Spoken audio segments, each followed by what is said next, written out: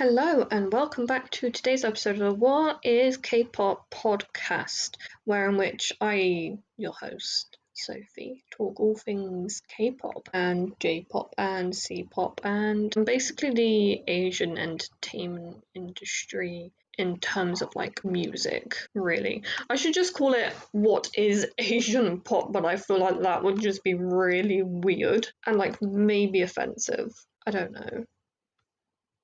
But yeah, apart from being myself and not knowing what to say, I kind of get myself into a bit of a hole. We're going to be talking about ARrC from Mystic Story Entertainment, which is a subsidiary label of SMNT. Now, quick little bit of housekeeping. I was just listening to myself on a couple of my episodes, and I'm like, I don't know if I like all of the cuts that get made in the episodes, because quite honestly I quite like the fact that you kind of hear my mental processing, and just like maybe I should just keep it completely like cut free, because often like I'm editing like a sentence, so obviously it's not flowing properly, so I'm like, that actually sounds really weird, and I'm like, I don't know why I am doing that, why I did that. So yeah, I might not edit it as much as I did before, and also it would make it kind of easier to upload. Just like, well, maybe I would like cut out the filler words and like the pauses, because I think that would still make it flow easier, but not necessarily cutting out all of the anecdotes, but I don't know. I digress. ARrC from Mystic Story Entertainment, consisting of Kian, Hyunmin, Shiwoo, Choi Han, Doha, Jimin, and Ryota. They released a pre-debut digital single called Dummy on the 26th of July 2024 and made their official debut on the 19th of August 2024 with the first EP called ARrC, with like a little triangle C. ARrC? I'm just gonna call it ARrC. But yeah, honestly, my feelings on like pre-debut songs, I'm like, if you're gonna release a pre-debut single, I'm like, why don't you just say that's your debut? I'm kind of confused. I'm like, I guess like a technical debut in K-pop means that you perform on a music show for the first time as like an idol, which I'm like, fair enough, but it is a little bit confusing, I'm not gonna lie. Especially with like pre-debut projects, I'm like, sometimes you can actually buy them, like a physical copy of them, so I'm like, is that not technically a debut album because that's the first thing you've released out into the public? I don't know. It is a bit of like an odd little concept to do, but I mean, particularly with like a digital single, this is going to get technical for a minute.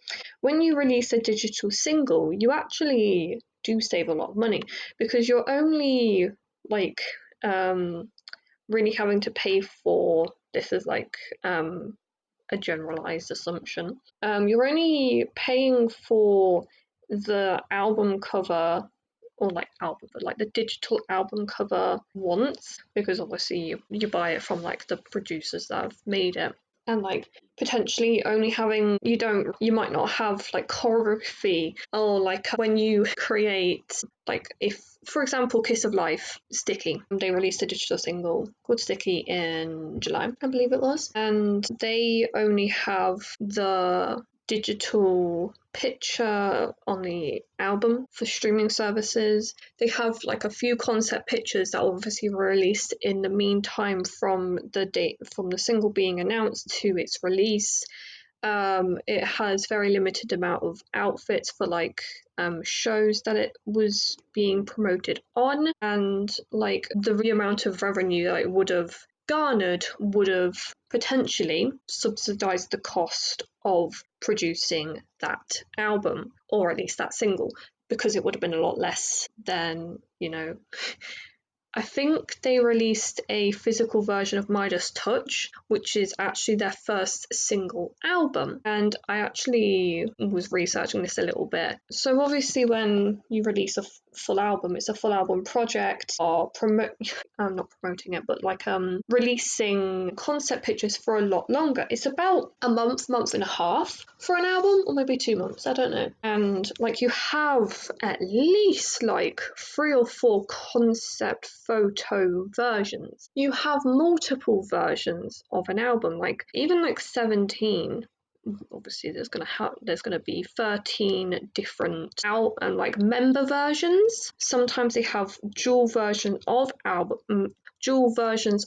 member versions, which is just like the classic CD case. Then you have multiple just regular versions. There was a fandom version that was a lot smaller, and obviously like they have about 10 or so tracks on the album, which cost money to make. There are multiple songs on the album that are promoted, and then obviously there's like paying the members for their work, and like paying the people who make the album. You have to pay them. So like making an album is something that not a lot of companies would necessarily do unless it's like a established group. And with Kiss of Life, they had an EP, Kiss of Life, then it was Born to Be XX, then it was Midas Touch, and Born to Be XX and Kiss of Life were EPs. Then you have the first single album, Midas Touch, digital single with Sticky,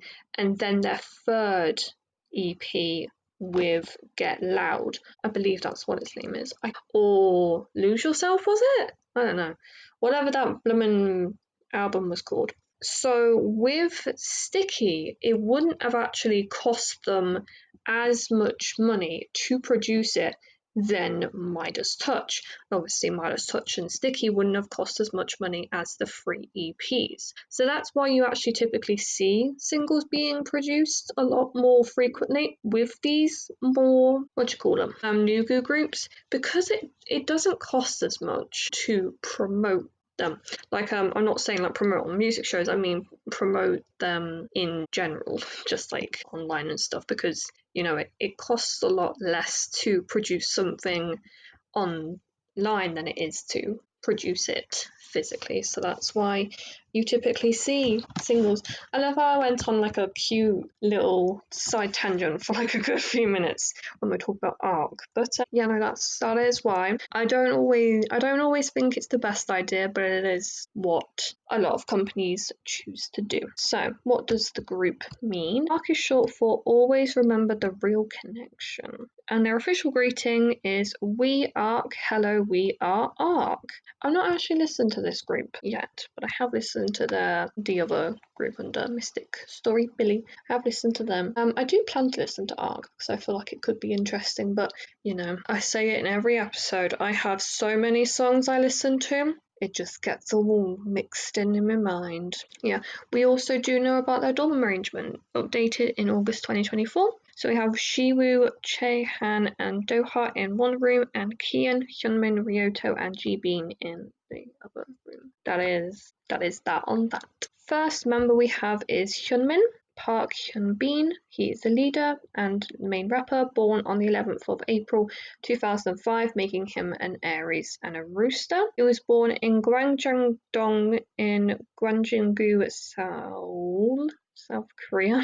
I nearly said South Korea without saying the Seoul bit. And he was first scouted by Pledis on the street when he was in middle school and moved to Source Music, where he trained with nowadays member Hyunbin and Boy Next Door member Taesan, who was still his close friend, apparently. And then he moved to Jellyfish Entertainment for around 4 years and was a part of trainee group Jelly Eye, and obviously then must have moved to Mystic Story. And he was a contestant on Boys Planet, but eliminated in episode 8, placing 40th place, and trained for 3 years and 6 months prior to Boys Planet, altogether training for 4.5-ish years in various different companies. Yeah, and he's fluent in English and used to live in America for 5 years. So I should probably actually look at their variety show content and have a little look-see as to if he has a more American accent. I do actually watch. I was watching the Cat's Eye reunion, and Yoon-chae, which is their youngest member, she is from Korea, so she doesn't speak English fluently,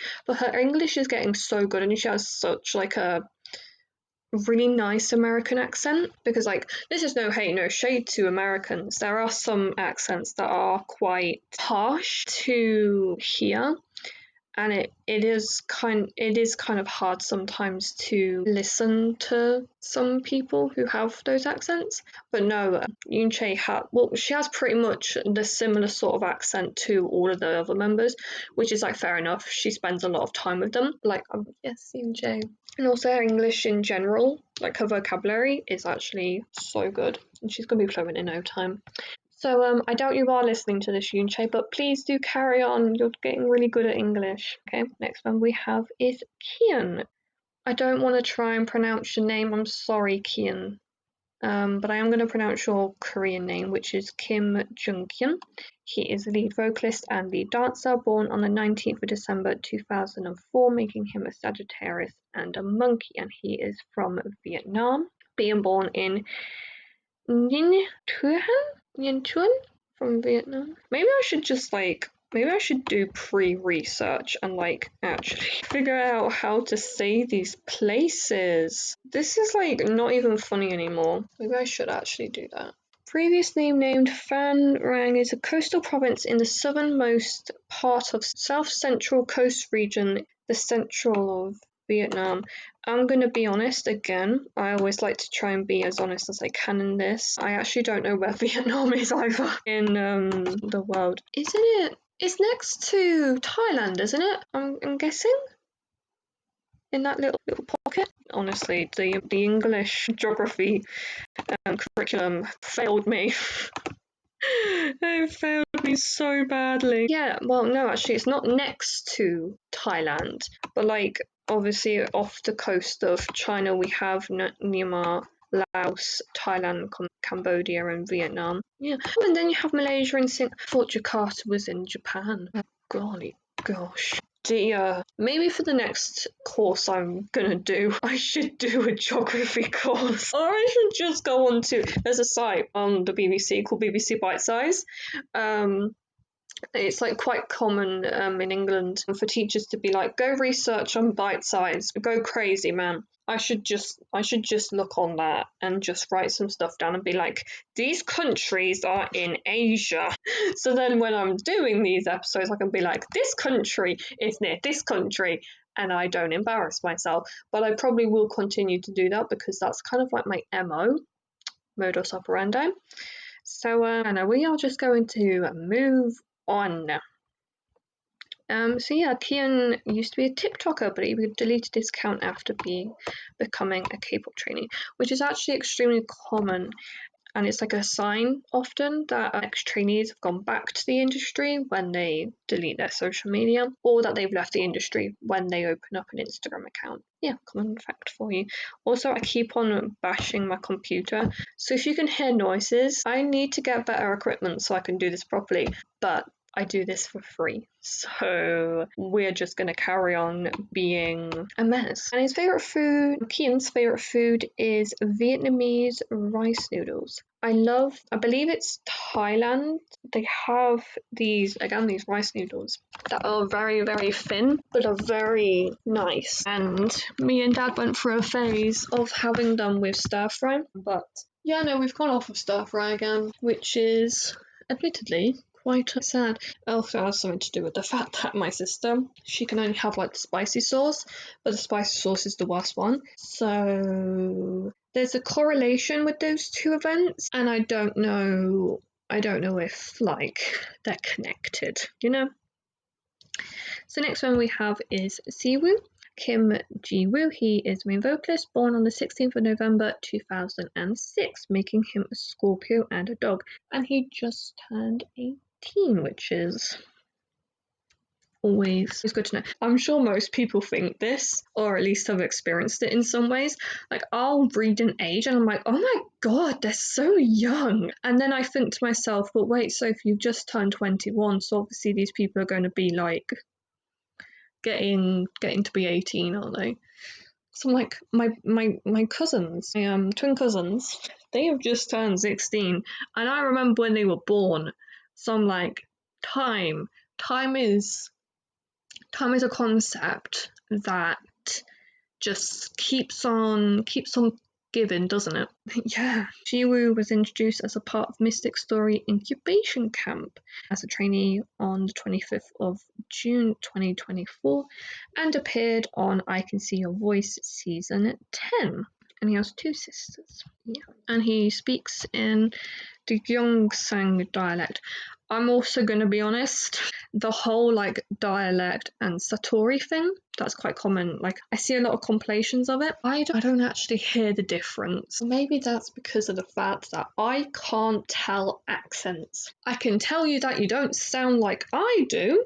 I can tell you that you probably are not from where I'm living in.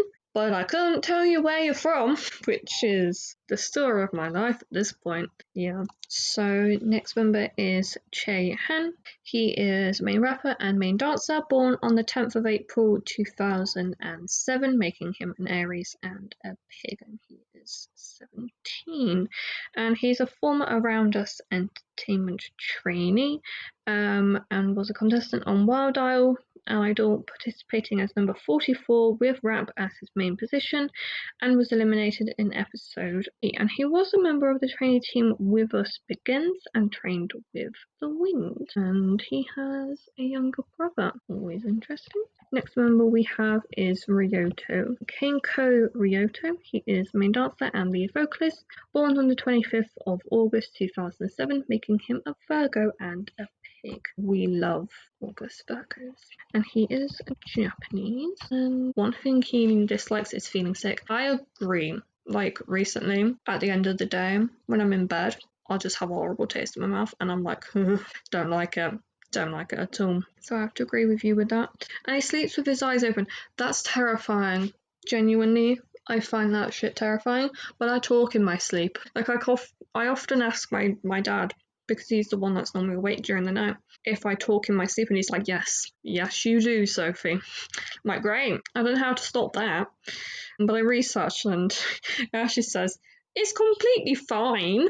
You don't have to change it. As long as it's not disrupting other people and not disrupting you, it's fine. And my dad can't sleep at night anyways, from other factors, not just me. So he's like, yeah, just carry on living your life, Sophie. And I'm like, yes, I will do. Thank you, Dad. And Ryoto moved to South Korea in 2022. He has a sister and was born in Tokyo in Japan. So, I believe this is the Mac. No, it's not. Oh, Jesus. I thought Doha was the Mac. No, Kim Doha. He's main vocalist and lead dancer, born on the 10th of February 2008, making him an Aquarius and a rat. And he went to Hamlin Art School in the BPM department. I don't understand what it means, but okay. And he auditioned for Mystic Story through his vocal academy, SS Vocal Academy, and was accepted into the company on the 2nd of May 2024. So he only trained for like a month or so. It's actually really good. Is this the Maknae? Please tell me. Oh, yes, it is. G-Bean. Lee G-Bean, or Ice Q Wilson G-Bean Lee. He's Brazilian. Well, I didn't have any assumptions, but I was like, that is a name I can't pronounce. I was like, where are you from? Brazil. And he's the main rapper, lead dancer, and Maknae, born on the 8th of August 2008. So 888. That is a lot of 8s. A lot of dates too. Sorry. I'm making him a Leo and a rat, and he was born in Brazil but moved to South Korea in 2016. So when he was 8. Oh my god, that's amazing. And he has an older brother and sister, and is also in Hamlin Arts High School. Him and Doha and ex-Fantasy Boys Bae Jae-ho are classmates. And he doesn't speak much Portuguese and is mainly fluent in Korean. I was about God. Again, I am a product of my own environment. I completely forgot that, like, for a second, that Brazilians mainly speak Portuguese. Oh my god. Again, I don't even mean to be incompetent with this sort of stuff. It's just unfortunate that I am a product of my own environment, and I don't mean to be silly. Maybe I should just, like, educate myself. I try. Oh yeah, no, but the official language is Portuguese. But I mean, if you grew up in a Korean family and moved from Brazil to South Korea when you were 8 years old, I kind of do understand why you might not necessarily be fluent in a language that you didn't really have much chance to be immersed in, because you've lived half of your life in Korea, half of your life in Brazil, but the first half of your life was in Brazil, so you would have less of a necessarily need to learn a language that you might not necessarily use later on in life. You know, it does sort of make sense. Am I disrupting you, Petal? I know you're just setting yourself back down again. Okay, love you, done. But yeah, no, that has been ARrC from Mystic Story. I hope you liked today's episode of the podcast, and I will talk to you guys again very, very soon. Bye!